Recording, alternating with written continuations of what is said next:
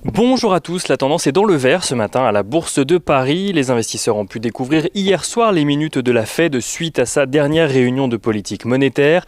Des minutes qui montrent que les gouverneurs de la Réserve fédérale américaine sont unanimes sur le fait de conserver une politique accommodante jusqu'en 2023 au vu du contexte actuel.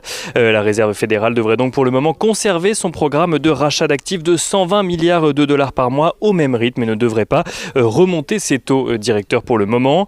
En ce qui concerne les craintes des investisseurs en matière d'inflation aux États-Unis, les minutes de la Fed montrent que les gouverneurs considèrent les tensions inflationnistes comme largement équilibrées et la Fed reste d'ailleurs sur sa ligne directrice en ce qui concerne les rendements obligataires, à savoir que ceux-ci ne font que refléter l'amélioration des perspectives économiques.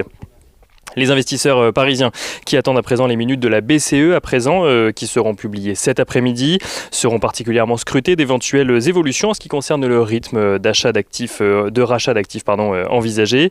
Du côté des valeurs à suivre à présent à la Bourse de Paris, on notera tout d'abord que Europcar Mobility Group, qui publiait ses résultats après la clôture hier soir, annonce une perte nette de 645 millions d'euros en 2020 avec un chiffre d'affaires qui recule de 42%.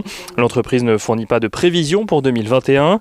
On notera également que Nexity annonce de son côté vouloir céder 45% du promoteur de résidence-service AEJ de Domitis à la mutuelle AG2R La Mondiale pour un montant de 375 millions d'euros.